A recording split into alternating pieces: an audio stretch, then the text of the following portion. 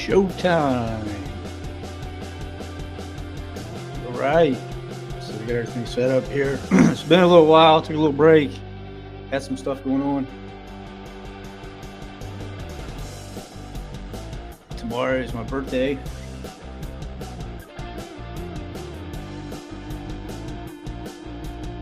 Football season's here, so I don't know. I might be doing less and less of these.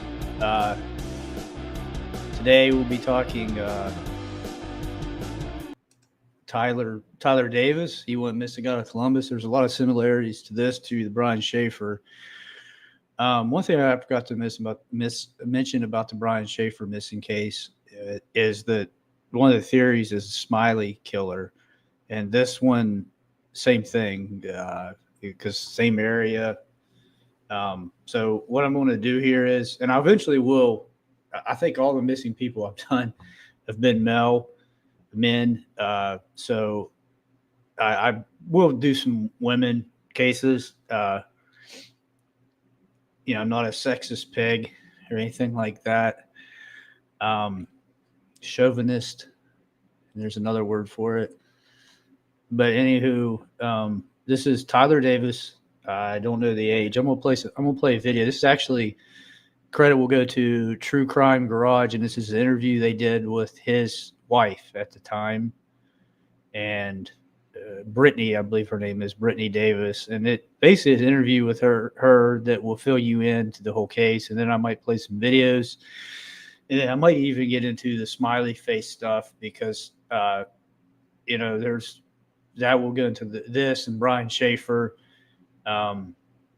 And there's some other interesting things on this interview that I picked up that was interesting. So if I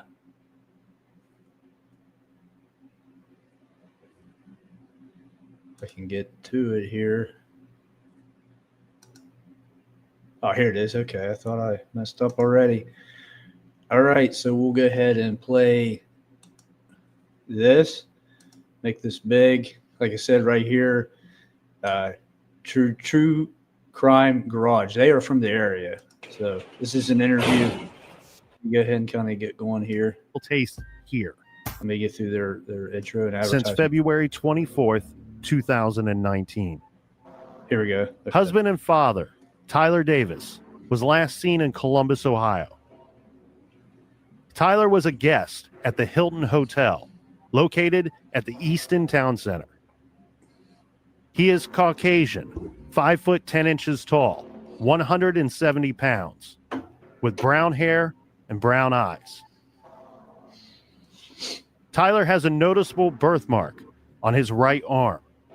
He was last seen outside of the hotel, wearing a blue and green flannel shirt, blue jeans, and black and white Nike shoes. If you have any information, please contact the Columbus Police Department at 614-645-4545.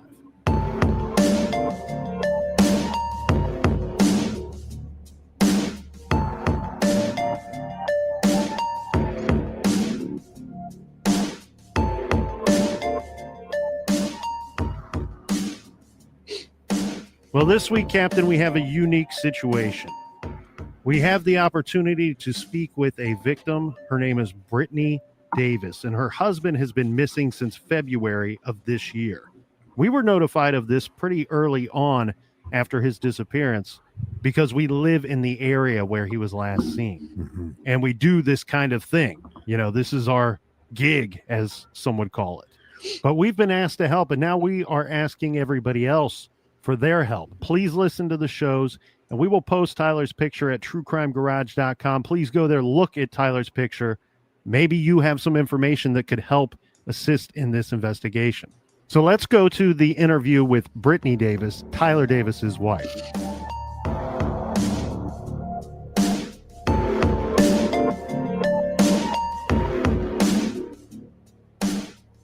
Brittany, thanks for joining us. Can we start off by you telling us who is Tyler Davis and how did you guys meet? I met Tyler in 2013.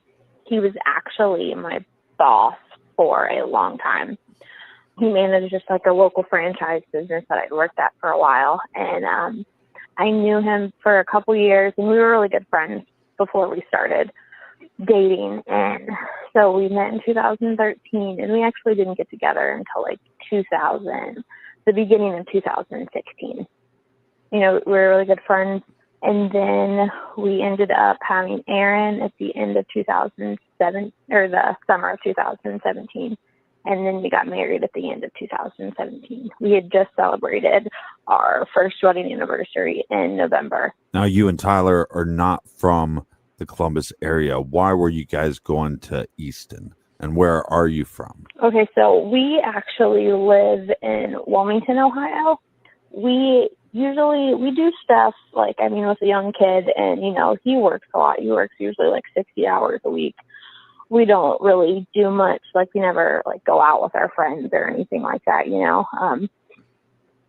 We're both like pretty much homebodies. Tyler plays a lot of video games. So 3 times a year, and we do it on my birthday, his birthday, and our anniversary, we will take Aaron to Tyler's parents' house for like the night or like a day or two, and we'll just like go spend time together. We went up to Easton actually for my birthday. My birthday's on February 24th, and we got there on the 23rd. There wasn't really a plan. Like, we knew we were gonna like go somewhere we knew we were gonna go somewhere in Columbus for my birthday. We didn't know exactly where, like what area. The only reason we picked Columbus actually is because Tyler's from Circleville, and that's where his parents still live, and it's a lot closer, you know, from Circleville to Columbus than for us to go, because we usually go to like Cincinnati and stuff. Like, we usually go a completely different direction, but that was the only reason we picked Columbus. So now that you guys know you're heading to Columbus, let's start going into the details of that day. Let's start by you guys leaving the house. Okay, so Tyler actually worked, and that's another factor that I think plays into this, is he was really exhausted. That week he'd worked 6 days straight, just so he could have Saturday and Sunday off together, like the way his schedule works. And so he had worked, you know, 6, 11, 12-hour shifts straight for 6 days, and he was really exhausted. He didn't get home Friday night until around 3:30 in the morning. He usually closes, and his work is about a 30-minute drive anyway, so it usually pushes him getting home super late. So what time did he get home from work? He got home Friday night. It was technically Saturday morning, around like 3:30 a.m. And, you know, we just like stayed up for a little while. We just hung out. He played his video game. I was still trying to pack everything for like us to go, because when you have a baby, 17 bags, and I was just getting stuff ready. And I think we went to bed around like 5:30, 6 a.m. We have a really weird schedule just because of the hours we work. Like, we both work nights. Like, I bartend, you know, he's a nighttime manager. So we were actually super late.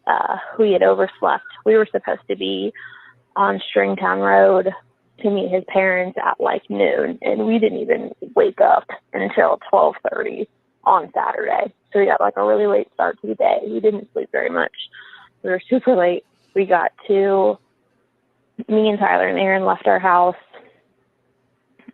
probably around 1, and we got up to Stringtown Road. We had like lunch with his parents at like the Texas Roadhouse. We left around like 3:30, 4 o'clock maybe. And, you know, we had just pretty much had lunch and handed Aaron off to his parents. And after we left, me and Tyler stopped there at like the Speedway right off of 71 right there. We just got some gas, you know, some coffee. And then from there we went to Easton. It was straight there. We checked in around, I literally think I have it. It was exactly at 4:58. So once we checked into the hotel, we just kind of laid around for a couple hours, you know, as we both took a shower. We waited on one of our friends. A really good friend of Tyler's is from the area, and he was going to come out with us that evening. We actually were supposed to meet a couple more of my friends that live up in Columbus, but nobody else ended up.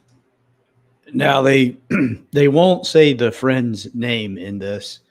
I believe you could look it up. So just want to put that there. being able to make it out. So it just kind of turned into the three of us. You and Tyler are just hanging out in the hotel room, and Tyler's friend is going to come and meet you guys at the Hilton at Easton. Yes, he lives in the area. He doesn't live too far. He is living in Columbus. So he drives to the hotel. He comes up to our room, and we just literally, I had just taken a shower. I was getting dressed. We just kind of sat there and hung out and talked for a couple hours, just watching some really trashy TV, and just talked for a minute before we had headed out for the evening. So once you leave the Hilton, what's the first place you guys go to, and how do you actually get there? So we left the hotel probably around 8:30, I'd say. And we actually, because me and Tyler had plans for the next day to go shopping, we had a couples massage planned, scheduled, and we're gonna get lunch and stuff before we had to go get Aaron. But so when we left the hotel, we just kind of walked around. That was the first time I'd ever been there. It's really big, and there are a lot of stores. So we were just kind of seeing the lay of the land, really, what kind of stores they had. And we probably walked around for a good 40 minutes. We walked into a couple little shops and stuff. And then the first place we went to was Bar Louie. And we got to Bar Louie a little after 9. I'd say probably 9:20, 9:30. And it was just, me and Tyler and Sean. We just sat at a bar table and hung out, and we each had 1 or 2 drinks, I think. From Bar Louie, we went directly over to Adobe, and that is right beside it, inside of inside the mall. Do you have any clue how many drinks you had or how many drinks Tyler had at either one of these bars? So I know when we left, okay, so let me see if I have this right. Yeah, so we left, I paid my tab literally at Easton. Tyler paid the tab at Bar Louie at 10:19. And there I know I had 2 drinks. Tyler had half of 1 drink. Each of us had a lemon drop, a shooter. And then we went over to Adobe, and I know I had 3 or 4 drinks, and I know Tyler had 3 or 4 more drinks. But when he doesn't do mixed drinks, and he doesn't do beer. If he drinks, it's just a straight shot, just 1 shot, and he'll just sip on it for a minute. You know what I mean? He doesn't like beer. He just drinks. He's been on a Tito's kick here lately, but he doesn't drinks. He likes to drink scotch on the rocks, that type of stuff. You know what I mean? So it's not he downs drinks constantly. You guys go to Bar Louie, then you head over to Adobe Gila's. What time do you think you left Adobe? We paid the tab at Adobe at 11:30 p.m., but we stayed there for a little bit longer because we finished our drinks. Brittany, are your guys' bank accounts, you and Tyler's bank accounts, connected to each other? So we do not. So Tyler has his bank account, and we've just never gotten around to me getting on it, and then I have my bank account. But I have access to his account. I have all of the bank records from that night, how much money we spent, how many times the card was swiped. Well, and that's how I literally know exactly what time we paid our bill. Stuff like that. So you guys are a young couple. You guys are coming up from Wilmington to the Easton area for your birthday. Tyler has worked 6 days in a row, over 10 hours each day. But what is the vibe of the night? So it was really we were happy. That's the thing. This is the first time, when all this stuff, that was the first time me and Tyler had ever drank together in a bar, ever. And it was we were having a fun time. You know what I mean? We were out for my birthday. It was my birthday. I was trying to be a wingman for our friends. You know what I'm saying? We were just laughing. Everybody was having a fun time. We were just having fun. So after we had our drinks at Adobe, it was my idea to go to the dollhouse because by that point I was a little tipsy. I had never been to an establishment of that sort before. So I was just yeah, whatever. We don't have anything to do right now type of deal thing. We go back to the Hilton because our friend had ordered an Uber.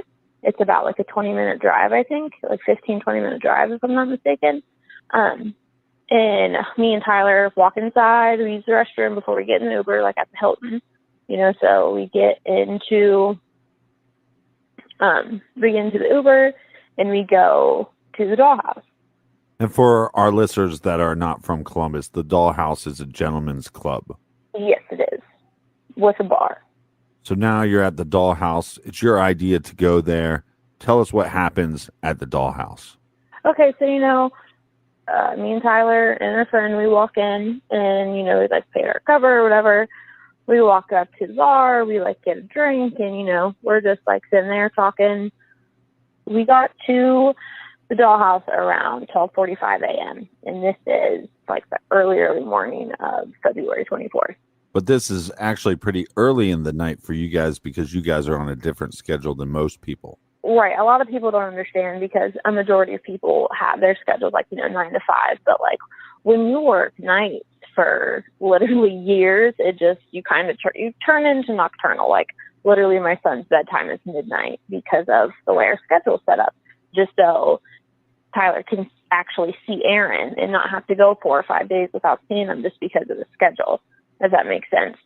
And just so our audience is clear, we're doing this interview at midnight. So this is your guys' schedule. Definitely. We've always been on nighttime schedule. He's a closing manager. I don't even close until midnight. So they got to actually close. And then most of the time he doesn't get home between 2:30 and 3:30 in the morning. You know what I mean? And I'm a bartender. I don't even call last call until 1 a.m. So that puts me getting home at 3. So we've always just been on kind of like a different schedule than everybody else. So now you're at the Dollhouse, the gentleman's club. What are you drinking? What is Tyler drinking? Yeah, so I was drinking Bahama Mamas. I drink Bahama Mamas all night. I like coconut. Our friend was actually, who was he drinking? Captain and Cokes. And then I think it was Diet Coke, actually. I don't remember. But then, Tyler just stuck to his usual. He would just get like a shot of Tito's with vodka, or he'll get tequila. I would say we probably each had like 3 or 4 more drinks while we were at the Dollhouse. What is the vibe of the group? Why you guys are in the Dollhouse? Oh no, it was pretty cool. Met a couple really nice girls, super lovely ladies. It was, I don't know, it was like a first time experience for me. So it was just like, I was kind of just taking it in type deal thing. Me and Tyler just sat at the bar for a while and we were just like talking. We bought one of the girls a drink. At that point, I think our friend, he kind of just like, he probably felt like the third wheel because it was just like me and Tyler and then him. So he was just kind of off, like doing his own thing, like we were having a fun time. When it seems also in a gentleman's club that the females working will be extra nice to any female customers. Yeah, I apparently they really will go, like, I guess couples is like a thing that they like direct towards. I don't know. I learned a lot of stuff about strip clubs after that experience and like talking, because that was the first time I'd ever been to one. But I thought it was really funny though, because there were a lot of people that were like, "Oh, why did you go to a strip club? Like, whose idea was that?" And I was like, "Oh, mine." Like, you know what I mean? Like, I was just having a fun time. Was there anything odd or anything that sticks out about your experience at the Dollhouse? So there were a couple really weird things that, well, like at the time I didn't think it was weird, but now I think about it, and obviously it's just because like everything that happened, but a couple things popped out to me that I thought were odd at the strip club. So I remember at one point, me and Tyler had just ordered a round of drinks, and we like went out front to smoke a cigarette. And when we were walking out front, the guy saw me. He was like, "No," he's like, "You can't take this out front." And I just kind of looked around. I was like, I mean, as a bartender, like, you know the rules. You're not supposed to leave your drink anywhere. You're not. It's just like, don't do it. It's bad, especially in a place where I've never been here before. I don't know these people. I live an hour and a half away. You know what I mean? But I did a no-no, and I sat it down. I couldn't see it. I walked out front. Me and Tyler did. Smoked a cigarette. We came back inside. I grabbed my drink. I took a drink of it. It was still pretty full. I took a drink of it, and then I was like, hey, I'm going to go to the restroom. And then I handed him my drink. He's like, okay, I'm going to go back to our seats, whatever. So I went to the restroom, and I wasn't in there very long at all. And by the time I got out, I noticed all the lights had been flipped. Like, they turned all the lights on. And I was like, okay, so, like, I guess it's time to go, you know? So, like, as I'm walking out of the bathroom, there's, like, a really big wall, and I'm kind of walking around. Like, you can't see people, if that makes sense. Like, if somebody's exiting the bathroom where you can't see them coming out until they, like, turn a corner. And I, like, hear Tyler and like, getting into an argument with the bouncer. And there he was, like, the bouncer was like, you guys got to go. It's time for you to go. He's like, no, man, like, we're leaving. I just got to wait on Brittany. He was like, my wife's in the bathroom. Like, let me just get Brittany. And he was like, no, you got to get out of here right now. He was like, we will leave as soon as she comes. Like, she's in the bathroom and she's going to be out any second. And then I was like that, like, I hear them. And at that point, I'm, like, turning the corner. And Tyler's like, look, there she is. He's like, we're out of here. We're leaving. And the guy's like, okay, cool. But, like, the guy kind of was, I don't know if he thought, you know, he could have just thought they were lying. Who knows? But, so, you know, we all walk outside, and I look at my phone, and it's set out to die. I was like, Tyler, what's your phone on? He was like, it's almost dead. And he didn't have, like, the Uber. Like, Tyler doesn't have the Uber app on his phone. Like, I have it, and then our friend had it on his phone. So we're standing out there for a minute, and I was like, hey, like, can you order us an Uber? And he's like, yeah, totally. And we ended up sitting out there for probably about 20, 25 minutes. Like, by this point, everybody else was, like, clearing out. We were just, like, waiting on our Uber. One of the girls came outside. She gave us, like, a bottle of water. We sat there, like, waiting on our Uber or whatever.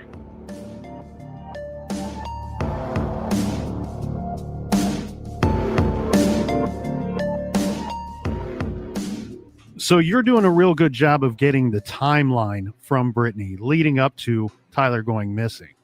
The thing that is interesting here is, I mean, we're really hearing very specific times, and I love that, knowing the timeline, because we have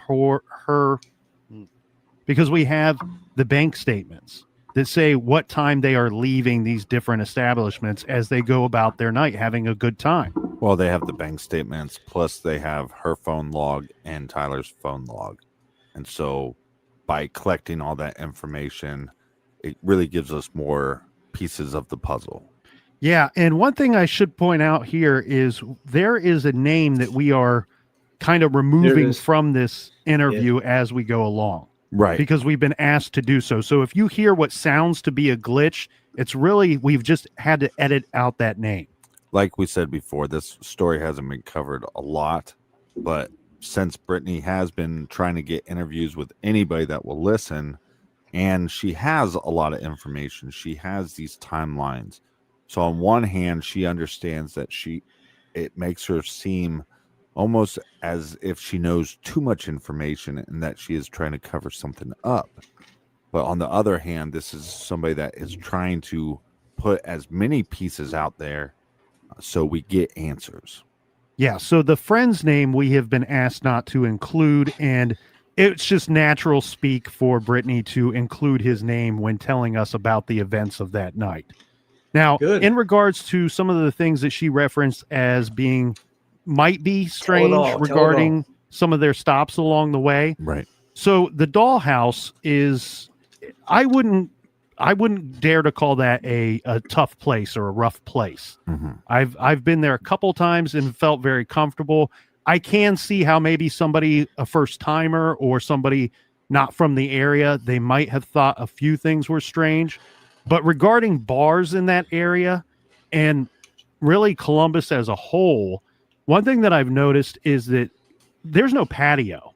Well, you know, I haven't been to the dollhouse in years, but last time I was there, there's no patio. Mm-hmm. So they are very strict on not allowing people to go out the front door or side door with a drink. You are supposed to drink that drink, consume that drink within those four walls. They can't have you hanging out in front of the establishment, sipping on a drink while you smoke a cigarette. So that's not really out of bounds. One thing I will say in the dollhouse's defense regarding this, I lived like a mile and a half from there for about 10 years. Mm-hmm. So one thing that would happen. It's nice that you were able to live close to your work. Well, one thing that I noticed from time to time is that there would be a police car, especially like on a weekend or very late hours. Yeah. They kind of, it's the dollhouse is back in almost what I would call a court. And so they would just go off the main road there and do a quick loop around. Well, the police don't want to see anybody outside of that bar with a drink either. So, Well, and it's funny too, because the term loop around is my go-to stripper move. well, so what I'm getting at is I think that it's just a bar rule. It's part of their alcohol license, and it has to be strictly enforced. And then on So top of funny, that, I forgot regarding to the laugh. situation of Tyler and his friend arguing with the bouncer or the guy working the door about them, hey, you got to leave. Mhm. I think most people from Columbus will tell you, and I know this varies by city and by establishment, but I think most people will tell you that here I typically notice what I call a hard out for the night. When when it's time to leave, there's a lot of bars that are not even nice about it. They will take your drink, and all you want to do is finish your drink that you've paid probably way too much for. And they will take your drink and they really want to push you out the door. Regarding the statement about him saying, well, we got to wait for Brittany. We're waiting for my wife. We're waiting for Brittany. I'm sure these door guys, bouncer guys hear stories like that all the time. They don't want guys waiting around for girls, especially if they happen to be people that are working there or suspect that they're talking about somebody working there. So I kind of get what's going on. And she's painting a very good picture leading up to this getting into an Uber and I'm guessing heading back to the Easton area for the night. And listening back to the interview for the first time, you said that she kind of sounds nervous to you. Yes. Here comes another dad joke. I get that vibe too, but I get it more just being nervous, wanting to say the right thing, wanting to come off a certain way. I don't get the feeling that she's like nervous because she's hiding something. No. Me Maybe it neither. was your I think you silky hit it right on the head voice. there. It's really just a nervousness when you know that you're talking Mhm. and that you're being recorded and that people are going to hear it. Not so much worried about or nervous about what you are saying. Everything I'm hearing, it's details, it's specific, and it's the truth. Well, and her defense on the nervousness, I mean, Here it comes. she did have to Get ready to listen laugh. my silky pipes.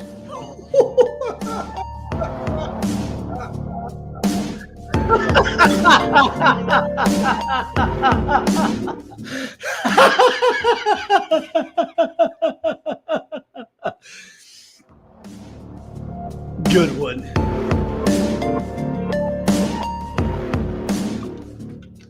Can you tell me anything about the Uber or the Uber driver? Yeah, for sure. So let's see, I have it right here. So it was a Saturn View. And it was a guy. Quit making It was sounds. a younger guy. Am I allowed to say his name? I don't know if I'll get in trouble. Well, we'll just leave his name out. So it was like a red Saturn View. That was a nice car. It was like an SUV type deal thing. Now, what Brittany told me, but she accidentally said their friend's name, and he's been getting harassed online, so we're not actually going to use his name. We've just been calling Imagine him that. the friend. Getting harassed. So online. the friend sits up front. Tyler sits behind the Uber driver. Brittany sits behind their friend in the back seat. Yeah, that'll never. So we that'll ended never up stop. leaving. We left the Uber picked us up exactly at 3:01 a.m. And we got back to the hill. I remember like getting out of the car and I saw the dashboard. It said 318. And in this guy's defense, like she'll tell here, but like he was back with her, and Tyler called twice. I don't want to spoil it, but yeah, I mean, it's pretty much impossible that he could have done something. But one thing, this is something that I think plays a really big part in this, is the fact that when we were on our way back, like it was only like a 17 minutes, like a 17-minute ride. And Tyler had dozed off in the Uber. And that was really, like, as soon as I noticed he fell asleep, I was like, man, because he's like one of those people that if he's asleep, I just leave him. I don't like to wake him up. I don't, you know what I mean? Like, I don't, especially if he had been drinking, I just don't like to. Because he wakes up, he gets all crabby and cranky, and it's just like, it's not worth it. You know what I mean? Do you think he fell asleep due to exhaustion, or do you think it was passed I out think drunk? it was more exhaustion because he had worked literally like 10 to 12 hour shifts straight. And Tyler's one of those people to where like he's a night owl. So like most of the time when he gets home and it's like, you know, like 3 a.m., like he's not gonna like take a shower and go straight to bed. I mean, I don't think anybody that works weird hours does, you know what I mean? Like he has to wind down just like everybody else when they get off work at 5, you know what I mean? Like he eats dinner, he like takes a shower, plays his video games, does whatever he wants to do pretty much, and then passes out. You guys get back to the Hilton, you see 318 on the dash of the Uber driver's car, and now Tyler's asleep and you have to wake him up. Yes, exactly. So I'm like, and at this point, our friend had fallen asleep too.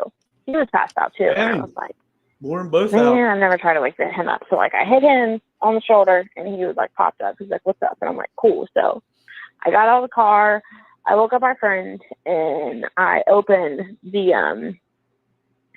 door, and I was just like, how do you want to do this? He's just like, you know, hey, Tyler, like, come on, let's go. And he was like, okay, guys, I'm coming. Just give me a minute. And I'm like, we sat there for a couple minutes, and you could tell, like, the Uber driver by this point was just aggravated, you know what I mean? Like, hey, please get the hell out of my car. It's it's like almost 3:30 in the morning, you know what I mean? Getting Tyler out of the car, and when we were getting him out of the car, I, like, grabbed one of his arms, and I was like, hey, let's go. And Miss grabbed an arm too. And I was like, hey, like, you know what I mean? Like, let get this. Like, he was still asleep. You know what I mean? Like, he literally it was like he wasn't even woken up.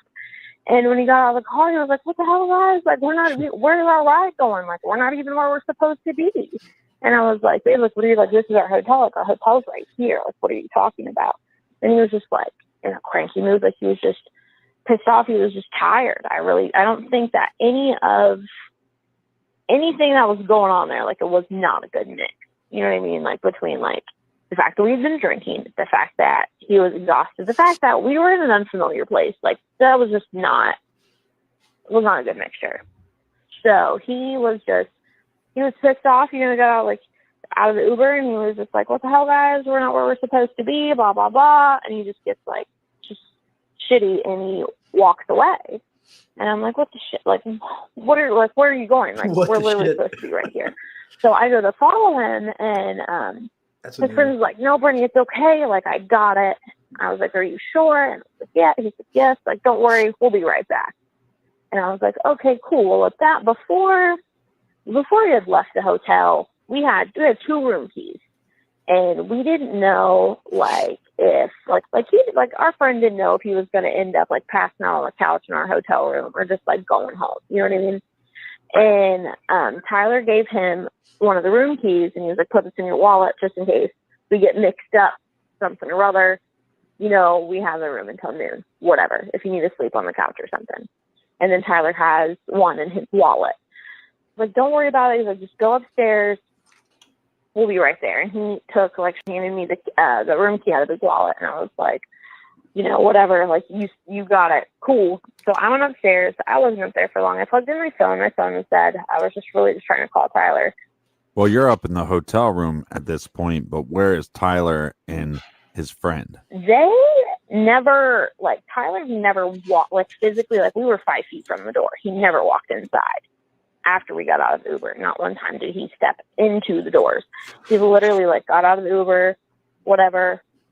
And then after he started walking, if you were standing in front of the Hilton, he's literally going, like, diagonally to the left. Like, there's a bunch of condos right there, and that is the direction he's, like, walking in, like, through the parking lot. You know what I mean? And it wasn't like Tyler walked off by himself and then his friend, like, they went together. You know what I'm saying? Like, They dispersed together. So what are you doing now that you're gone from the situation? Yeah, I plugged in my phone for, like, I wasn't gone for 10 minutes. Like, it wasn't even 10 minutes. I used the restroom, and then I came back downstairs, and I couldn't find, like, either of them. Like, my phone's on, like, 4%. Like, it's about to die, and I'm trying to call Tyler. I'm trying to call his friend, and I'm like, what the hell is going on? Like, where are you guys at? And I'm, like, messaging them on Facebook. I'm trying to literally, like, video chat Tyler's Facebook just so I can see, like, if I see, like, a store, like, you know what I mean? If he's walking through Eastern Town Center, if I see something I notice, and I'm like, oh, he's over here type deal thing. Like, I'm trying to look. He didn't answer me. Tyler called me at 3:37 a.m. and he was like, I'm sorry. He was like, I'm just walking around the block smoking a cigarette. I'll be right back. I was just so pissed off, pretty much. Like, I was like, okay, whatever, cool. I'll see you in a few minutes. He's like, yeah, I'll be back in a minute. I was like, okay. So he runs off to smoke a cigarette in a big city. What, 3 o'clock in the morning, whatever it is. Yeah, don't ever do that. Don't ever leave your party. And he worked all week. She said 60 hours, whatever, well, probably more, 10, 12 hours, 6 days in a row, at least 60, maybe even 70 or more. He's exhausted. He's tired. And then, he was drinking liquor. I think there was something. I don't know if they said it or not, but I thought there was something with her drink or something. And they thought maybe they tried to lace her drink and he drank it. But, he sounded like a really good guy, man. He had a kid. He was a great father. He had I think she was younger than him.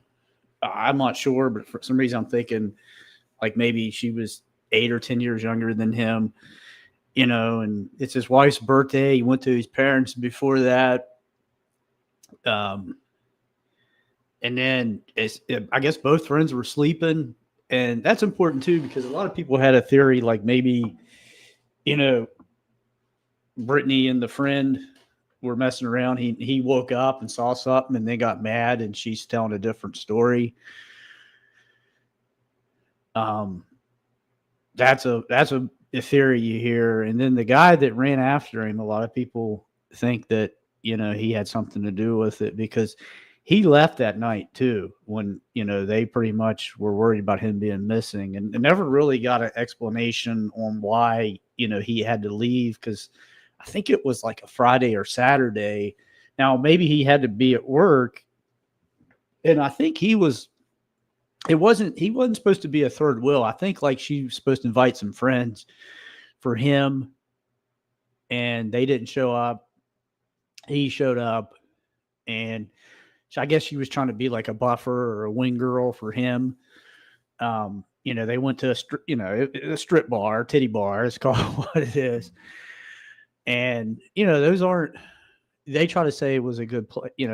Those places, there's no good of those places, I mean, especially around that area.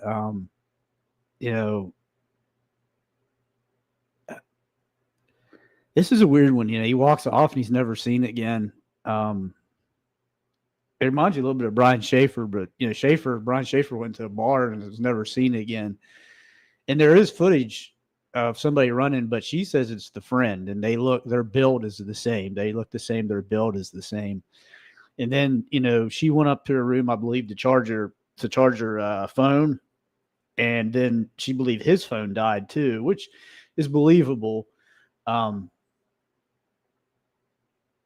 think it's believable. Yeah, phone dying, like you have an older phone, man. I remember before I got my new phone, I was charging it like 90% of the time. I was just leaving it on the damn charger. And so yeah, that's pretty much, I think like I don't know. I might skip to the second part because this is just kind of a setup. And then at this point, his friend walks back, and I was like, well, like, where's Tyler at? And he was like, Brittany, I wouldn't worry about it. It looks just like he's blowing off some steam. And And I was like, well, you know, is everything okay? And he was like, yeah, I really wouldn't worry too much about it. He'll be right back, you know. And he's like, I'm blowing off steam. Like, it sounds like to me like something else was going on. I don't want to, you know, because you won't let him sleep. You know, like he knew he was going out. If he was that tired, then do it another day or whatever. I don't know. Like I don't understand why he was so upset. You know, I mean, and if you know, if he really thought like it was another hotel or whatever, why leave by yourself? I don't know. You know, that raises an eyebrow with me a little bit. You know, she could be, I don't think she's lying, but she could be leaving some stuff out.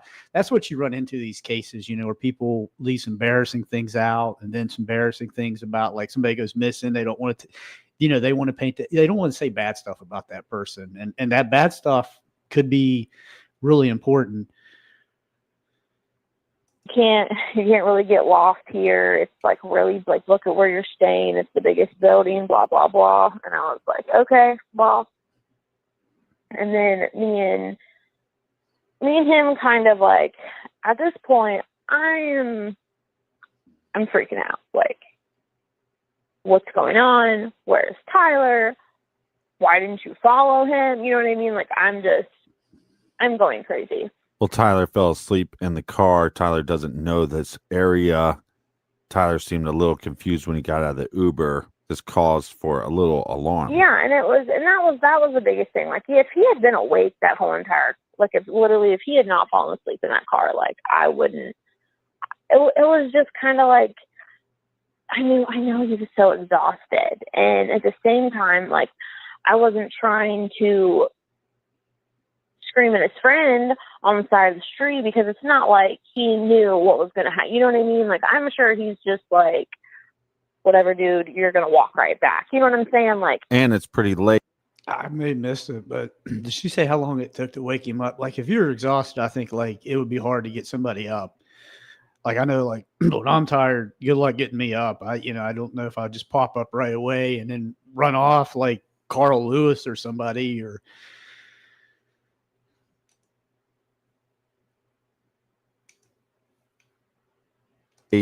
But this is also roughly around the time you guys normally go to bed. exactly. It's like, it's way past time to go to bed, dude. Like, it's time to go to sleep. And, you know, he was thinking the same thing too. He's probably like, I don't want to be out here, like, walking around in circles chasing you when we're supposed to be back there. You know what I mean? So you saw Tyler walk towards some condos at Easton, and then he called you at 3:37, and you talked to him for a little bit then.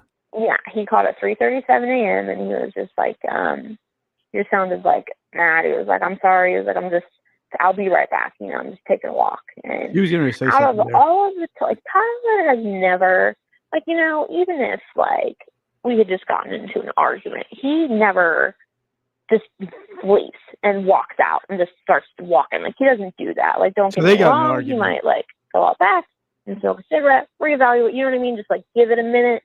But he never just like takes off walking. That's like, where you got to I'm the listen one to who what leaves. people Like, don't I'm the say. one who just like leaves the But you got ready to situation. say, He like, doesn't do that. He was getting Now, ready you to say said something, Tyler's and phone then had she low said- battery while you're leaving the They got strip in an club. Now, argument. this is a little bit later. He calls you at 3:37. Does he call you after that? Yes, he does. So, he calls at a little after 4:10 in the morning. So this is roughly 30 minutes later from the first call. Literally. So, and this whole time I'm standing like out front of the hotel. I'm just like walking down this way. I'm like, maybe if I go this way, and I'm just kind of sitting here to see if like he's going to pop back up. You know what I mean? I'm like, he said he was going to come right back. So if I go out here, like I can miss him walking into the hotel. You know what I'm saying? So the call at 4:10, what does Tyler say to you? Yeah, it's like around 4:10 in the morning. And he was like, I'm sorry. He was like, I see the hotel. I'll be there in like 5 minutes.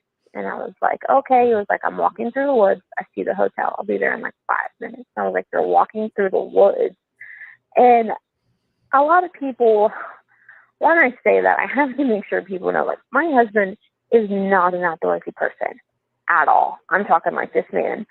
He's like, So, you know, this is, let me get my warnings out. This is just my opinion. This is my opinion only. It's for educational reasons only. It's just opinions, not facts. But to me, I really, by getting in these cases, I've been trying to get, I've really been getting into like word analysis. And to me, what I'm catching there is that she's not wanting to say what the argument was about. And I hope she's told the police, because I think that could be very important, just to get up and run, and like, I think it was a lot more than she just woke him up. There was an argument there. Maybe the friend knows, but I think that's real important. I really do. I think, yeah. Video games, like he's literally like, we put Legos together. I have a whole Disney princess castle in there. Like, we play games and we watch a lot of movies. Like, we're not outdoorsy people. Like, literally the shoes he has on right now, he bought those in college. He graduated 7 years ago. Like, he doesn't, like, woods to him could be 3 trees in a circle. So at this point, you and the friend are outside the Hilton. Yeah, like we're standing on the corner. We're just kind of like waiting for him to, you know what I mean, to just like walk back up, because that's what he said. He was like, yeah, I see it. I'll be there in like 5 minutes. And I was like, okay, cool. He was like, sorry, love you. I'll be right there. I was like, okay, I'll wait for you. Like, I can come and meet you right now if you want. He was like, no, I see it. I'll be right there. I'm literally looking at the hotel. And the hotel is really, really big. So like at nighttime, all the lights that they have on it, it's very, very noticeable. It stands out. So, me and his friend were just standing there, waiting for him. And then it's literally as soon as we hung up, like maybe a minute, maybe 1 whole minute, Tyler calls me again. Oh, I thought she said And when he calls me, I answered it. And the line stayed open for like 4 seconds. And he didn't say anything. I was like, hello, he didn't say anything. And then it ended. And then when I tried to call him back, it went to voicemail. So I assumed that as soon as he called me, like he had told me through the night that his son was going to die. Like, when we were waiting on the Uber outside of the dollhouse, like he was like, oh no, my son's going to die. I don't know how, like the exact percent, but as soon as I tried to call him back from that like 4-minute call, his son was dead. And it's been dead ever since. Like, I call it every day. So what about your battery at this point? Because you said it was pretty low when you got back from the strip club.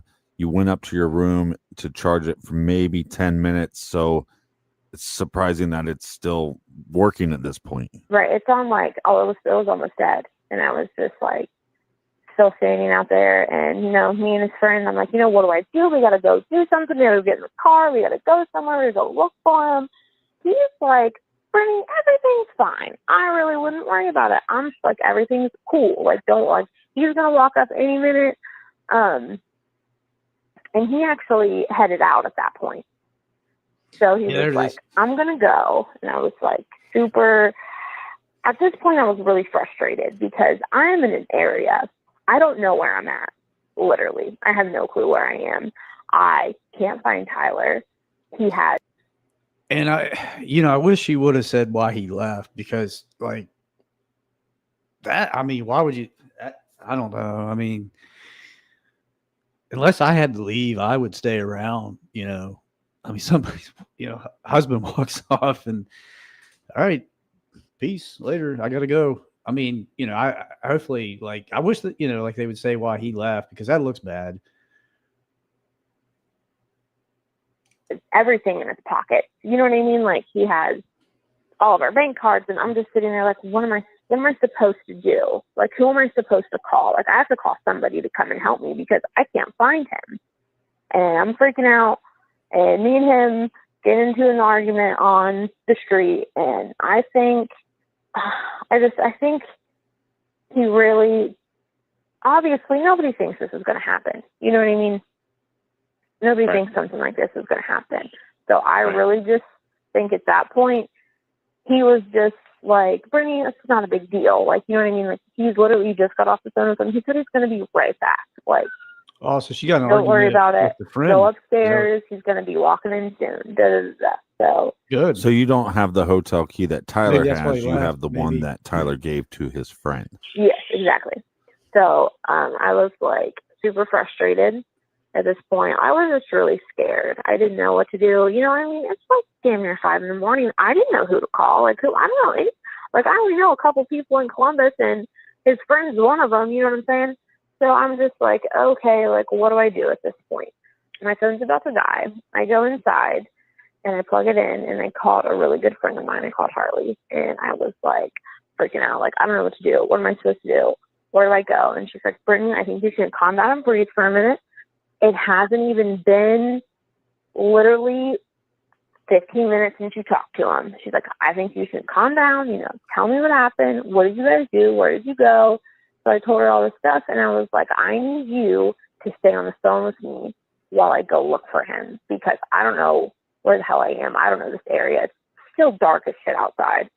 And she's like, yeah, totally. So I'm like, okay, cool. So I let my phone charge decently enough so I could like leave. I don't know how far I was going to go. So I was probably up there for maybe like 25 minutes, like talking to Harley and letting my phone charge. And then after that, I you know, grabbed the hotel key and started walking. And it really blew my mind how.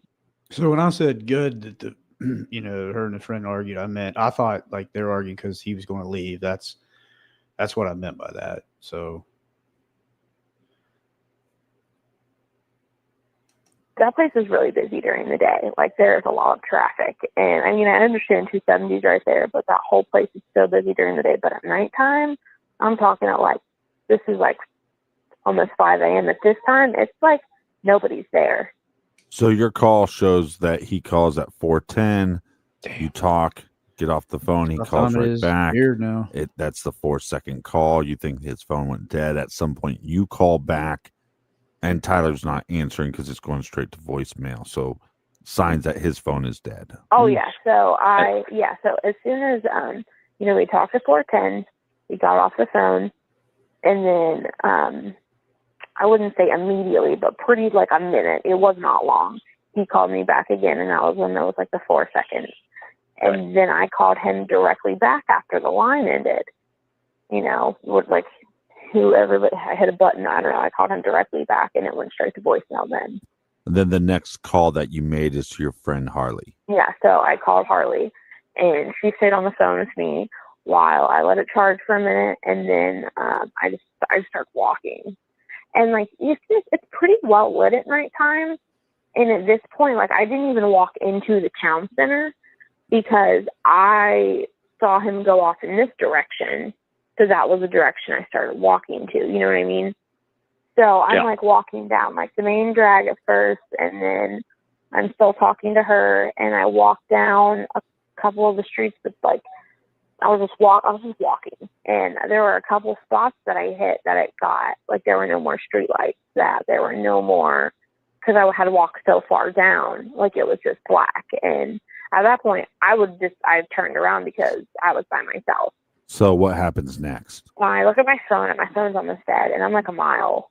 I'm like I'm on the completely other side of Easton. And I'm like, Harley, you know, I gotta walk back to the hotel to plug my phone in. I'm gonna try to get a hold. I wonder if Harley's a guy or Tyler a girl. called any of his friends. I don't really know what to do, you know. And she's like, Brittany, I think you just need to go back and just calm down. I'm sure he's probably there right now, Brittany. You don't even know, he could be asleep right there right now. And I was like, yeah, that's true. So I walked back. He wasn't there. I plugged in my phone. I got off the phone with Harley. So then at this point, I just started calling everybody. Like, I called all of his friends. I called anybody and everyone that I could think of that he would call.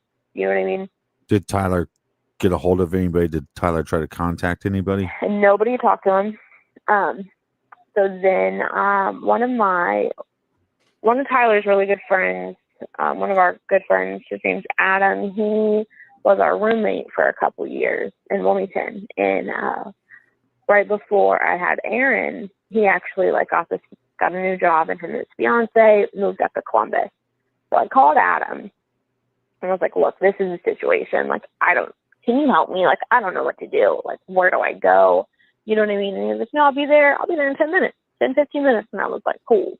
So Adam shows up to the hotel, And he's like, pretty much like, what happened? What did you guys do? Was everything fine? Did you guys have a fun night? Blah, blah, blah. I'm like, no, like everything was really fine. Like we had a really good time. You know what I mean? Like there wasn't no problems. Like nobody was arguing about anything. Like it was a good time. And then he just kind of like walked off. And I'm like, okay, well, he could have passed out on a bench somewhere. You know what I'm saying? Like he could have just literally fell asleep someplace. And I was like, okay.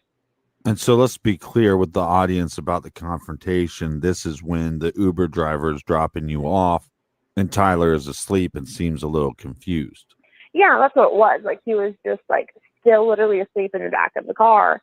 And he was just so tired. And like I said, he was just exhausted. And then it didn't help that we had been drinking that night. And so by the time he did get out, he was just, I don't even know what word I would use. Like, cranky. He was just grumpy. He was just like, I don't want to do this right now. Like, I don't want to deal with this type of deal thing. So now you and Tyler's former roommate, Adam, comes, picks you up in his car. You guys are driving around in the early morning of the 24th, February 24th at Easton Town Center. Yeah, so he's pretty much like, okay, Brittany, like, tell me where you guys live. Let's go around here. And at this point, it's like daylight. You know what I mean? And it's already, like, Easton's already packed. Like, and it blew my mind because it was so early, but the place had already been super busy. So we drive around Easton, go everywhere for about, like, an hour. We're just driving around looking for places and all these different things. One thing about Tyler is he's one of those people that if, like, all of his numbers of, like, phone numbers, he doesn't have any number memorized. So if his phone's dead and he has, like, somebody else's phone to, like, call someone, like, he's not going to know what the number is to even call you. You know what I mean? I was like, well, Adam was like, well, Brittany, he could be at the hotel right now. Like, we don't know. We've been gone for, like, 45, 60 minutes, like an hour. And I was like, yeah, that's true. So we go back to the hotel. We walk straight up to the room, and he's not there. I write down my phone number, and I stick it right beside the phone in our hotel room. And then we get out of our hotel room in the Hilton. It's really, really big. There are a lot of meeting rooms, like convention area. Like, this thing is huge. So me and Adam are literally walking around any and every single possible room that's open. Do you know if they have video footage of the front lobby of the Hilton at Easton? They do have video footage of the front lobby, but we weren't even in the lobby when all this stuff had happened. Right. You're not hanging out in the lobby, but are you going through the lobby to get to and from your room? Oh, yeah, definitely. So with your story, they should be able to line up you going to and from your room with that footage. And you guys are on the 4th floor? Yeah, no, we were on the 4th floor. And at this point, I'm just like, me in my head, I was like, oh my gosh, he's going to walk back into this hotel room and he's going to ask me why the hell I called Adam and asked Adam to come help me. You know what I mean? Like, he's going to be like, Brittany, why did you do that? Like, that's not that big of a deal. You know what I mean? Like, that's what I'm thinking. I'm like, oh my gosh, he's going to be so mad at me because I called Adam and I'm making this a big deal out of nothing because he's just going to walk in at any moment. You know what I mean? So, me and Adam, we look everywhere. We go back up to the hotel room. And I'm like, okay, what do I do now? I was like, literally, I have no idea what to do. And he was like, Brittany, you need to call his parents. Like, it's time to call his parents.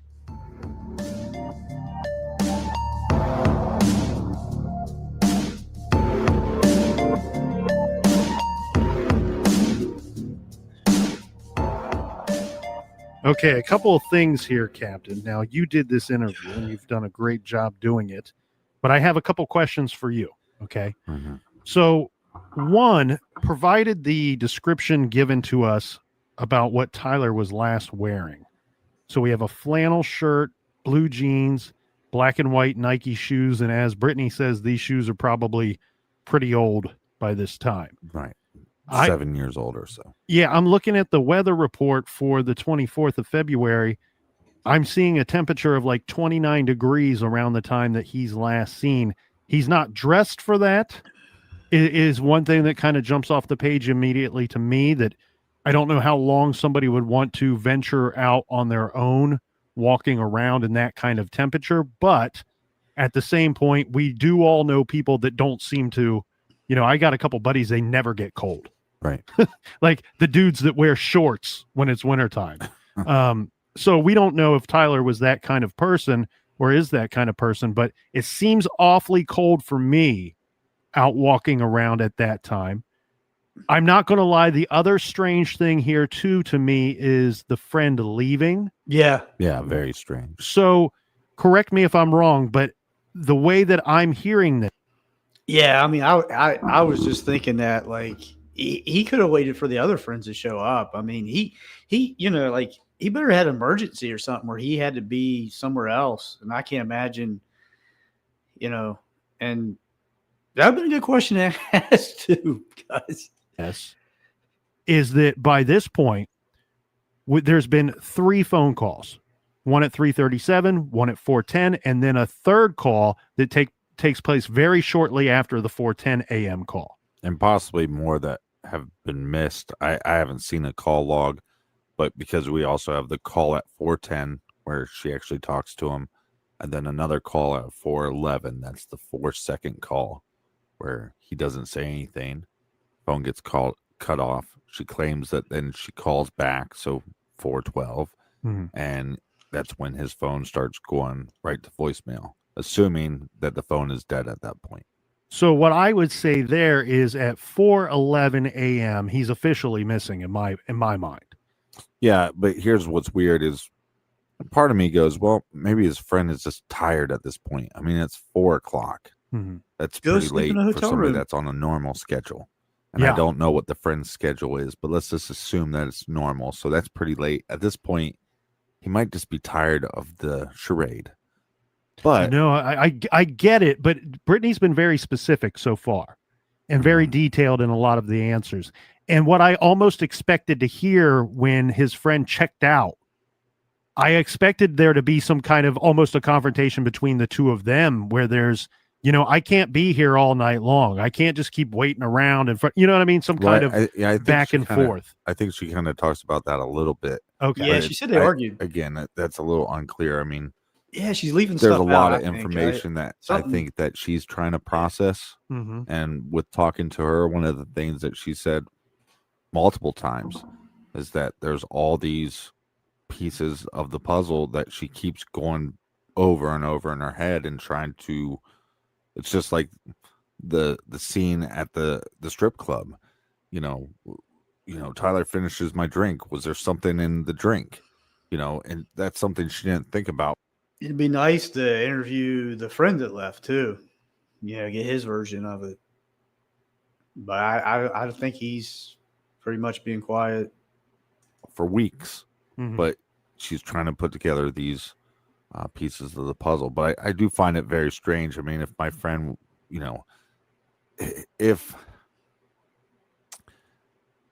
if the wife of a friend seemed calm at the time, like, oh, he's going to be back in a couple seconds, Mhm. okay, well, I'm going to head out. Not so. But it did sound like he was trying to calm her down too. So maybe, in fairness, maybe he was like, oh, I got to go and I'll calm her down and then get her calmed down and I'll leave. But still, I mean, like he's missing, you leave, you got to think like she's going to go out there and look for him. And if something bad happened to him out there, maybe, you know what I mean? Like something bad might happen to her. I don't know. I mean, Big of a deal. But if the person seems pretty stressed out, and I would assume that if he calls you and then you get a blank call back, a 4-second nothing but silence call, that's and weird. then you call back and the phone's dead, I would be a little worried at that point. And so I think as a friend, I would not want to leave my friend's wife there and until I saw him. And once I saw him, I'd go, okay, I'm out of here. Right. But as you said, it may have been extremely late for him. He may be going off the fact that, hey, that quick call back that went dead was either a butt dial or this is Tyler. He's walking. He's making his way back to the hotel. Those were what we're told Tyler says. I'm returning shortly. And the other thing too, I guess, that we have to factor in is the friend is not leaving Brittany just stranded out in the middle of nowhere. Right. She's in front of the hotel. That's a big, bright hotel with staff that are still working at that time. I mean, she could be she steps away from walking into the hotel lobby. So it's not like she's out in the middle of nowhere here. Right. The other thing though that I want to clear up, because I'm a little uncertain about this, it sounds to me that at the earlier part of the night, they have 2 hotel keys, but we got 3 people. So Tyler has one, the friend has one, Brittany does not have one, but at some point she receives the hotel key from Tyler's friend. Yeah. Probably So before he left. am I to assume what I'm questioning here is when the friend returned to the hotel, does he use a key card to enter the room, or is he just showing up? He has no key card now because Tyler is out wandering around with the key card. Well, no, I think what happens is when they return that she gets the key card from the friend. Because basically the reason why they gave him the key card was just in case they got separated. You know, we're a couple, we're not gonna, we're not getting separated. Right. Right. And like she said, Which she was ends trying up to be a happening. wingman for this guy. So he was, out looking for, a female friend. So if they did get separated, well, heck, if you can't make it home, you have a key to the room. You're welcome. All right, I think there's a part 2 to this. So let me grab that.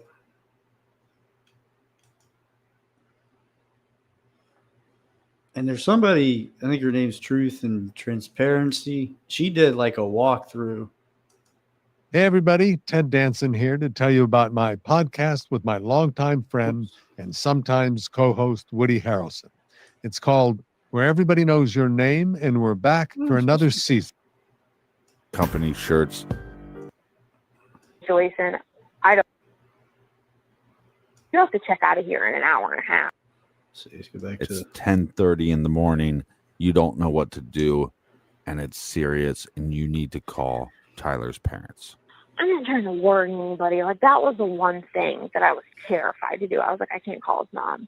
I can't. Like, I cannot call her and tell her this. Like, we have to go find him first. And, like, he's going to be so mad. Him and his parents are so close. And, like, he's going to be so mad if I call his mom right now. And Adam's like, Brittany, he was like, you have to check out of here in an hour and a half. He's like, then where are you going to go? Then what are we going to do?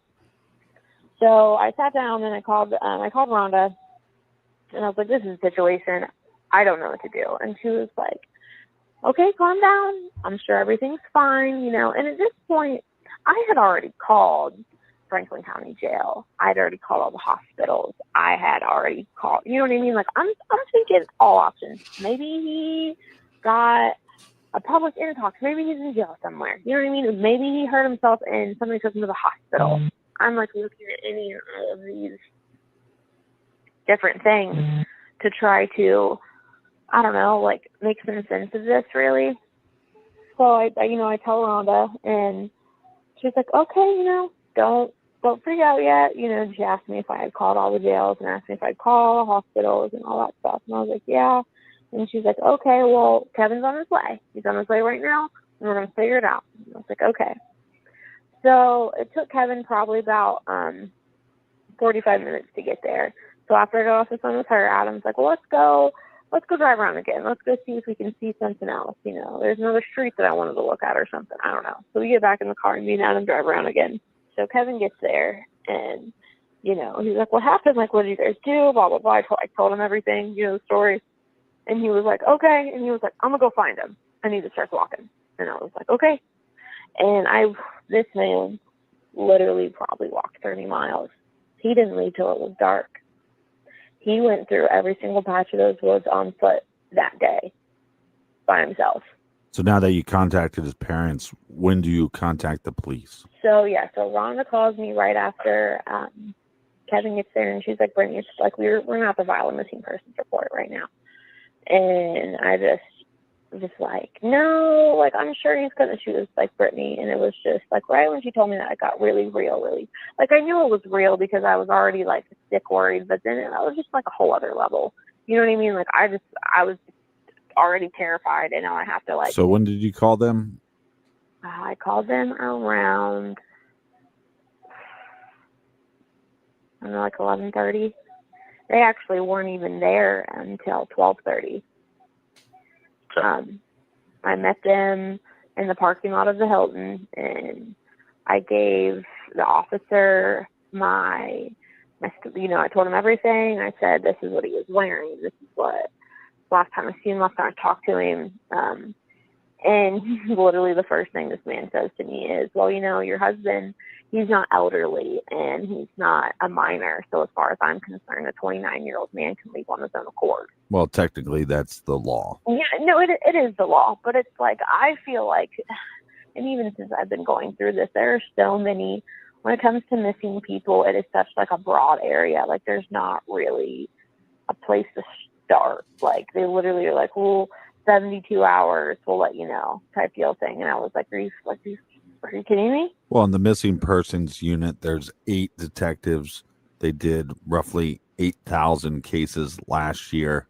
So they're kind of crunched for time anyways. And I think anytime that it is an adult that goes missing, they have to start with the idea that they could have went missing because they wanted to. Right. Well, and I understand people that hear my story and people that see this, they're like, half of them are like, oh, he probably just walked away. And I can put this on my whole, like, I know that man so well. He is literally my best friend. Like, we were really good friends before we ever even got together. You know what I mean? Like, I know everything about him, seriously everything. And I know he wouldn't just, like, if Tyler didn't want to be with me, okay, he would tell me that. He doesn't play games. He's not childish. Like, he's a very, very blunt person. He's very upfront. He loves his son more than anything in the whole world. He literally named my son after a freaking football quarterback. Like, I'm being dead serious. Him and his mom are so close.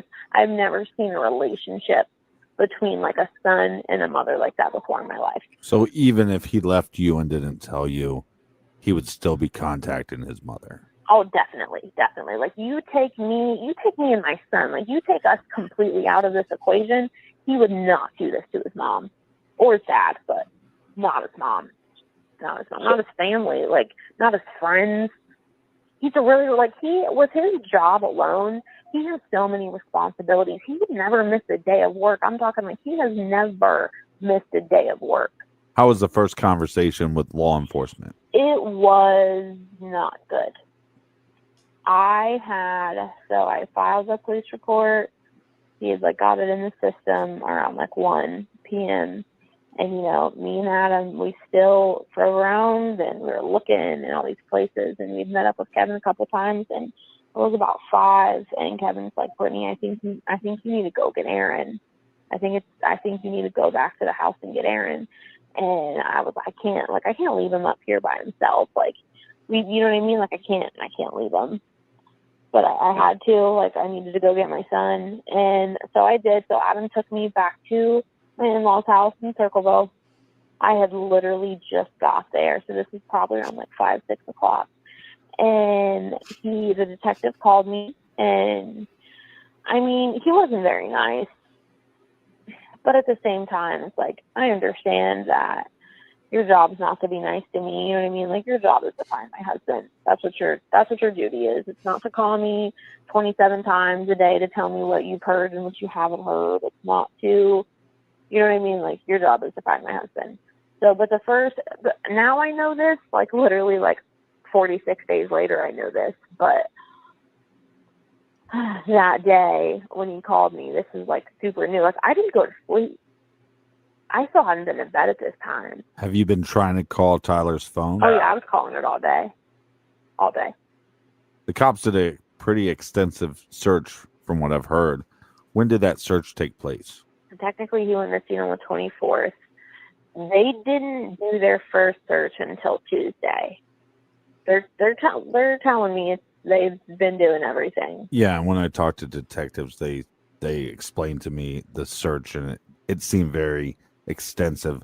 They also pulled a lot of security footage from the mall. Yeah, so the first day, so this was Monday, and I'll tell you again, I didn't go to bed until Tuesday. I didn't go to sleep until Tuesday. Sunday night after I actually got back to Rhonda's that night, I put Erin to bed and I told her, I asked her if it was okay for me to leave, if she would mind, like Erin was asleep, and she was completely fine with it. And me and a couple of Tyler's friends went back up to Easton, and we searched all those woods by ourselves. And this was like Sunday night, going into the early hours of Monday. So we were there. Who went with you guys? It was me, Alex, and Nick. And these are just, friends of ours. So we got there probably around 1 in the morning, and we just started searching. Like, we went everywhere. I'm talking like we didn't leave there until, I'm sorry. Yeah, it was me, Alex, and Nick, and then 2 of Tyler's employees actually met us up there as well. 2 younger kids that work for him. As soon as we got there, I went directly to the Hilton. I spoke with the night manager. I let him know the situation. Showed him a picture of my husband. Talked to him for a minute, and he was like, "Yeah, let me see if I can start pulling footage." And I was like, "Okay, cool. Like, I really appreciate it." Then we walked down to Easton Security. I let them know the situation. I talked to them. I told them, I'm going to be out here tonight. I just want you to know, like, these are my 2 friends. Like, we're going to go and we're going to search to see if we can. And they were completely cool with it. They were like, "Yeah, totally, go ahead." Again, it's also like 1 a.m., so nobody's there. And, we go out there and we're there for hours. And when I went and talked to Easton Security, there was actually an officer for CPD in the area, and he was super nice. He came up to me, he told me, he's like, "I just got on shift." He was like, "I just learned about your husband, and we're still trying to get everything together." He was like, "Don't think we haven't started yet." He was like, "But we literally just got we just got the report like 12 hours ago." It's pretty much what he was saying. And I was like, "Okay, well, I'm here, so I'm looking. That's what I'm doing." And in the Easton Security office, they told me they had already started pulling footage, and that they saw Tyler walking back to the hotel at 4:15. They saw him walking to the hotel at 4:15, which to me made perfect sense, because if we're on the phone at 4:10 and he says, "I'll be there in a couple minutes, I see the hotel, I'm walking." And they said they had him on camera walking towards the Hilton. And that's what they told me. Come to find out, it wasn't Tyler. It was like Tyler and his friend, they have the same body type, like same size and same height. You know what I mean? Like, and apparently, with the way those cameras work at nighttime, I guess they're not the most perfect vision, so they assumed that it was Tyler, and it wasn't. But it was his friend. But how could it be his friend when, at the time of that call or at that moment, he's leaving or with you? That's what I didn't understand, because when Tyler had called me around 4:10, he was right beside me. And then I realized that when me and Sheree got off the phone, we both kind of like, but we didn't like walk up the street. Like, we walked to, do you know the Easton area very well? Yeah. Okay, so like we walked, like if we were staying on the corner around from the Hilton, we walked to the left, and we both were kind of like on that main strip, and we both like walked down the street, but like he did one side and I did the other side. Like, I'm sorry, we were both on the same side of the street, but he went one direction and I went the other direction. And so I don't know if that was then, because when we were like, he could have been turning around, it could have been that time. Because it's not like we both went out and like we're like searching. It was kind of like we were just like walking down to see if we might see him somewhere. Well, there's tons of shops around there, and there's tons of cameras. It's surprising that he's not picked up on any of the footage anywhere. So back to the search that night. So we go and we search a bunch of stuff. We don't stop until it was daylight. It was like 7 or 8 in the morning. And we're trying to, like, at this point, like, me and Nick and Alex and the others, we're just trying to, like, okay, trying to like pretty much think like Tyler thinks. I don't know, it probably sounds stupid, but we're like, okay, if he said that he's walking out of the woods and he sees the Hilton, we went to every single patch of woods and like to like around to see like if you could see the Hilton from this patch of woods, we searched it. Well, and Tyler doesn't know this area. He's been drinking. He's exhausted. So it's possible that he's not even looking at the correct hotel. Right, exactly. Like he's looking at the wrong place, and that's something we also considered. So there is I think it's a Marriott, a little bit down from, it's like on the other side of the actual town center, like the shopping center, and it looks like they're all made by like all these hotels in the area. It's the same company that owns them. It looks just like the Hilton. It's a little smaller, but it looks just like the Hilton. Puts out the same amount of light at nighttime. So we went around there as well. So you guys are searching everywhere. You don't know when the cops are going to search or if they're going to search, but they end up searching on that Tuesday, and then they contact you after. They called me and pretty much said, I just want to let you know that we searched the ponds behind Costco, and we've been working on pinging his phone, and we pinged his phone around Costco, but I guess what it was is like I mistook it because there's a cell tower back there, and if you ping a phone, it automatically goes to like that cell phone tower, but that radius is like 2 miles.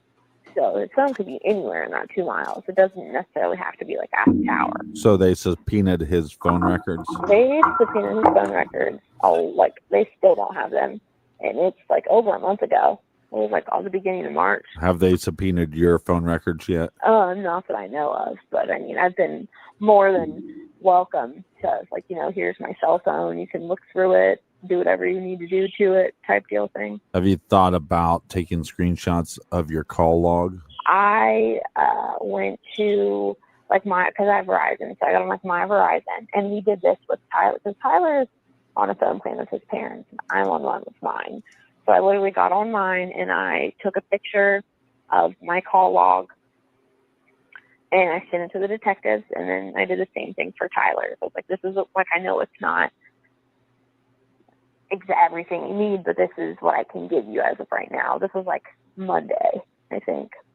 Right. Monday or Tuesday that I got that to them. And law enforcement during the search were using dogs. They searched the woods. Did they search the ponds? Search the ponds. I guess they have dogs out, and they said that the dogs actually hit on one of the ponds.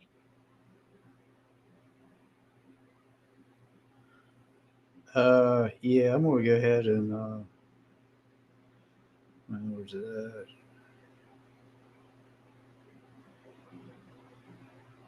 Sorry, I just wanted to. I'm looking for some other videos. All right, I'll just go ahead and play the rest of this then. Just yeah. Actually hit on one of the ponds. So they drug it completely to the sonar. They had like a dive team, and there was nothing in there. And then they actually searched that same pond again. Like the ponds in that area have been searched multiple times. They have had multiple different searches, like grid searches and different, like I know there are like wooded areas there, and since he did say like woods on the phone the last time, they've been pushing towards the woods more, like when they do search, which is understandable, and they just don't have it's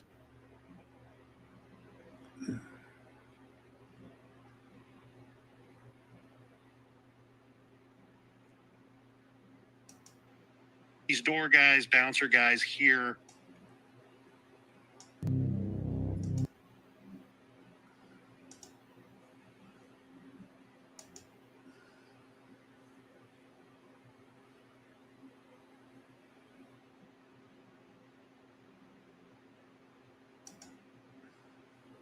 Okay, so I'm gonna play another video. So what I need to do is I'm gonna go ahead and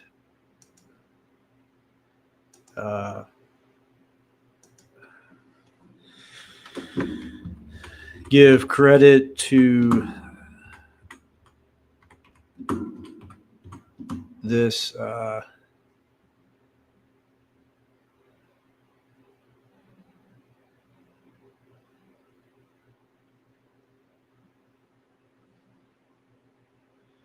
I wish I could. Let's see.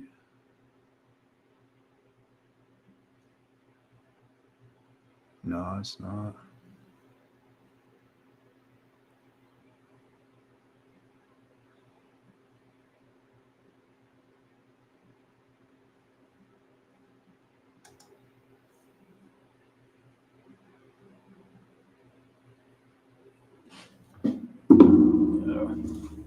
Just give me 1 second, guys.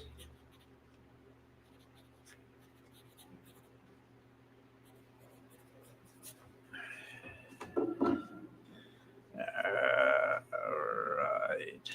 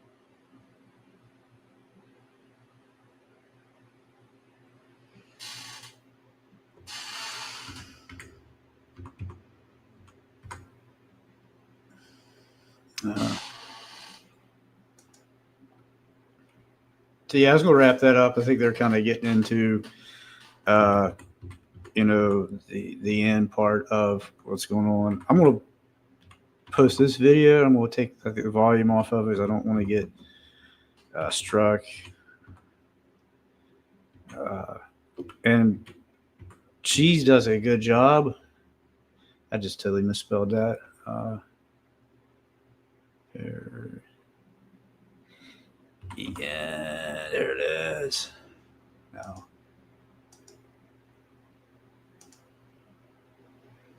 Is that going across? Why don't I want that? There it is.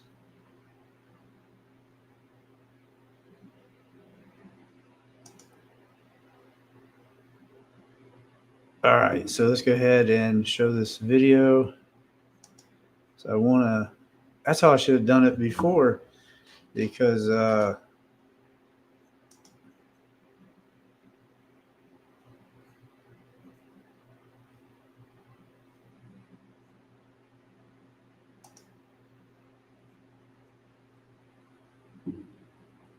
wait a second, I might be doing a, what the hell am I doing? Is this not? Hold on, guys.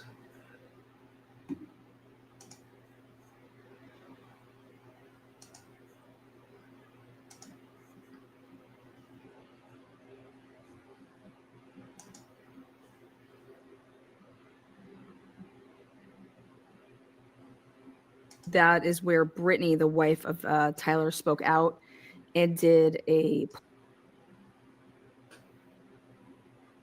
Okay. This will help people. We gave you the story. I went ahead and made some community posts to kind of touch on the, I guess you could say, what I deemed is the most relevant material. But this is on the True Crime podcast. It was True Crime Garage. That is where Brittany, the wife of Tyler, spoke out and did a part 1 and part 2 show with them. It's very, very interesting when you look at and you break it down on a timeline. This phone call that transpires between Tyler and his buddy Sean. And we're going to get into that. But first, again, I want you guys to hear this. So I'm going to play this for you guys.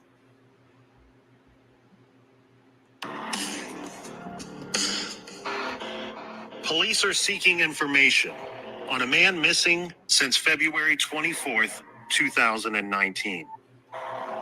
Husband and father, Tyler Davis, was last seen in Columbus, Ohio. Tyler was a guest at the Hilton Hotel, located at the Easton Town Center. He is Caucasian, 5 foot 10 inches. All right, here we For go. my birthday. We didn't know exactly where, like what area. The only reason we picked Columbus actually is because Tyler's from Circleville.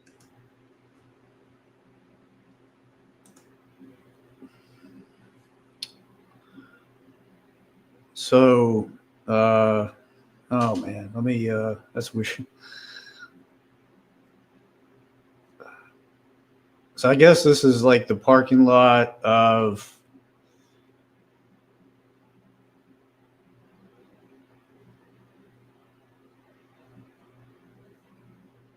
because she's just playing the other interview from True Crime Garage. And this is kind of the reason I want to play this is the area. She did like a walkthrough of the area, and it's really really kind of telling of. So I think this is, whoops, what the heck? Oh, Andy, come on. I just, okay. So this is the area. This looks like this is on the way. This is the hotel, I believe. A very nice hotel. So she's, this is where it took place. That's the Hilton Hotel, right there.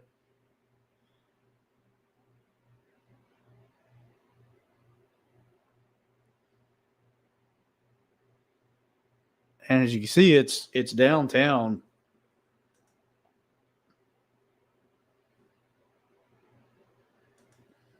How do I make this bigger? Oh, is that? Okay, yeah, that's good. That's big there.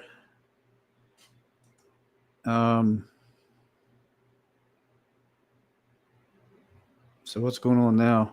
Oh, okay, got a little buff. She's fast forwarding it. So this is what, downtown? I think that might be like where they were shopping, because they were walking in that area earlier. And I guess that's a bar.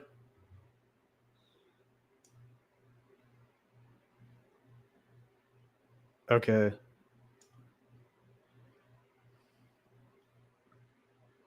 His phone pinged at this place called something Labs. I forget the name of it. I think they told on an interview, and I believe she goes down to that where that would be at, because there's a phone ping, so that's important.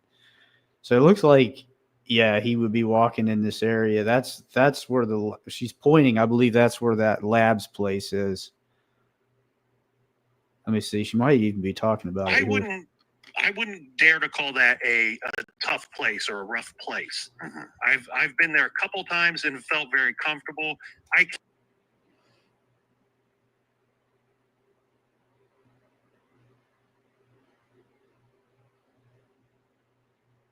So this is just kind of an idea. I did this with Jason Jakowski. There was a video of where the walking through.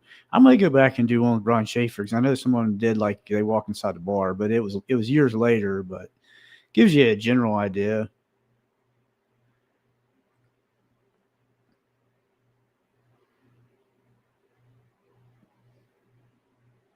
So it looks like he just, if this is where he went, and the last phone ping was, I believe, where she's going here. I took the volume off because they're just playing the interview that I just played.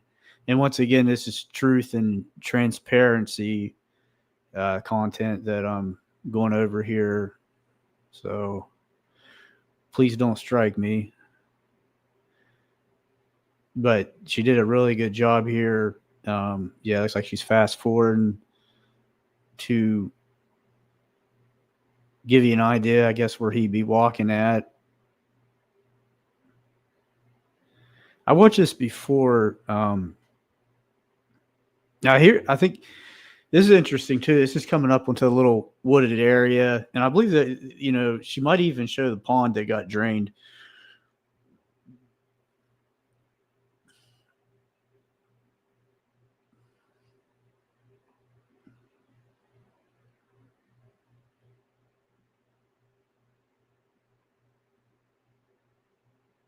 So allegedly, as far as we know, this would be like the route he was taking here. And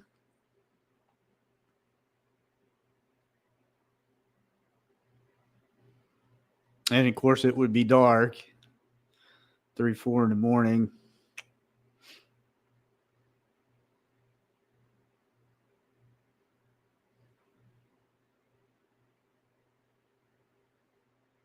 Yeah, there is some bad areas of Columbus.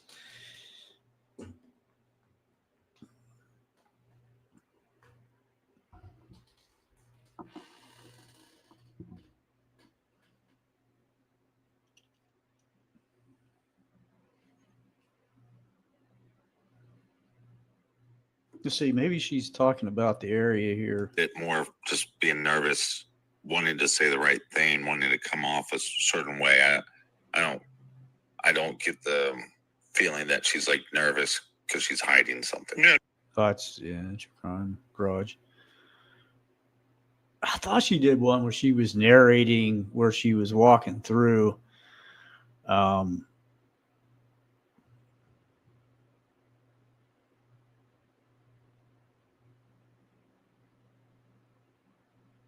So there's some trees over there. I wonder if this was the same time of year.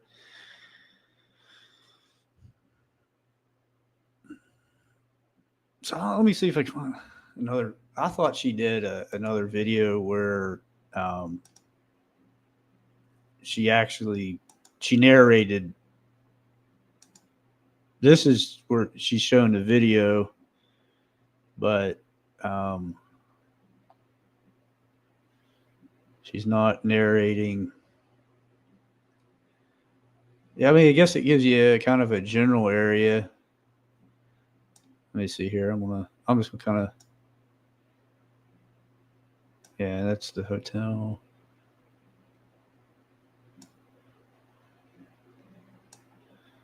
Huh. Yeah, not very organized in this one.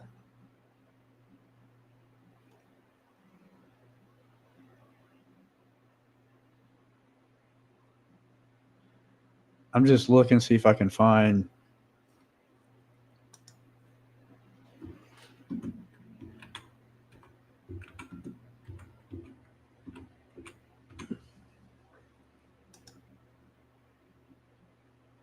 She's been really on this.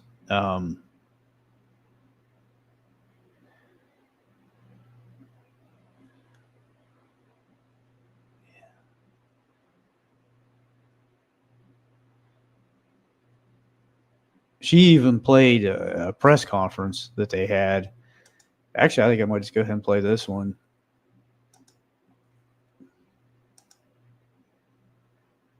And play the volume.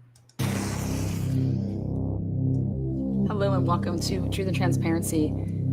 Good afternoon. Welcome to the Transparency. There she is, Truth and Transparency. She does a wonderful job. Okay. Good afternoon. Thank everyone for coming out today. We're going to discuss the briefing on the case regarding Tyler J. Davis, missing person case. Here to speak on that case is This one's a long video. from the Special Victims Bureau, Missing Persons Detective Jason Brammer. First of all, thank you all for coming again. I had my first one on Monday. You guys came again today, and I really do appreciate it. I want to bring attention to one of my missing persons cases. But Tyler isn't just a missing persons case. He's a son, a husband, he's a father, and he's a friend to others. I understand there's been a lot of media attention involving this case because, like with Jamie Doe in 2014, and Lachey Dungy in 2018, people seem to just disappear. Hasn't been an answer yet to where or why they're still missing. I understand there's been a lot of public curiosity. I think they're just going to go over like the searches and stuff. I want to show her. There's Brittany. I would just like to say that if anybody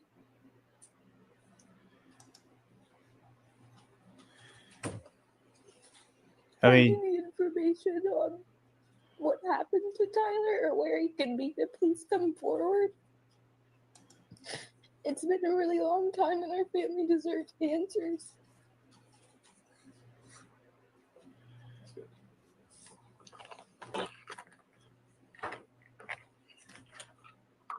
I don't know. Something Bruce, she did the Brian Schaefer case. This lady here. No statements. I believe that's her. I could be wrong. So at this time, Detective Brammer is open to a few questions that anyone may have. So yeah, that's kind of an idea. There's, I guess, a face with the voice we heard. That was Brittany that got interviewed earlier. I was trying to show Brittany Davis. That was, Tyler Davis's wife. And I was trying to show the path there, kind of give you an idea, but probably going to end it there. It's been a long video. I might do like a second part to this one. I kind of want to go into the smiley face killer, because this one and Brian Schaefer were kind of linked to it. And so that's pretty interesting. So yeah, I'm just going to go ahead and cut it here. Thanks for watching.